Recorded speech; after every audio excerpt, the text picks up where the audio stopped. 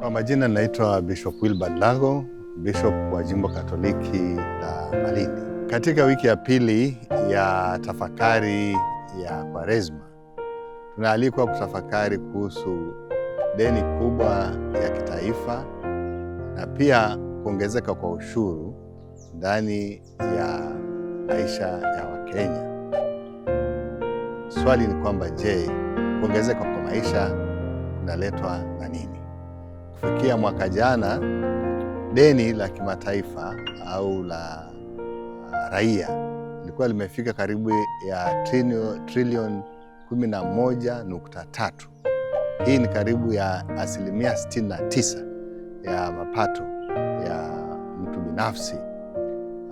Na kwa hivyo mtu wa kawaida bila shaka ameona tofauti katika gharama za vitu dukani, sukari, unga, usafiri, na hata ndio inapelekea pia gharama za shule zinazidi kuongezeka na hali kadhalika.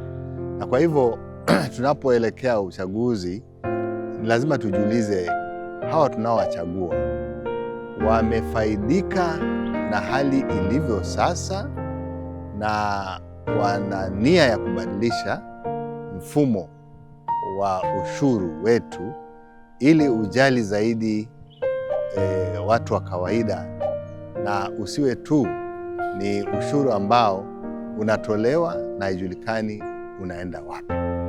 Lakini barabara zetu nyingi zimebaki vile zilivyo, mahitaji mengi ya shule zetu hamna, hata hospitali zetu zina madeni, hazitibii wagonjwa, gharama za matibabu zimepanda.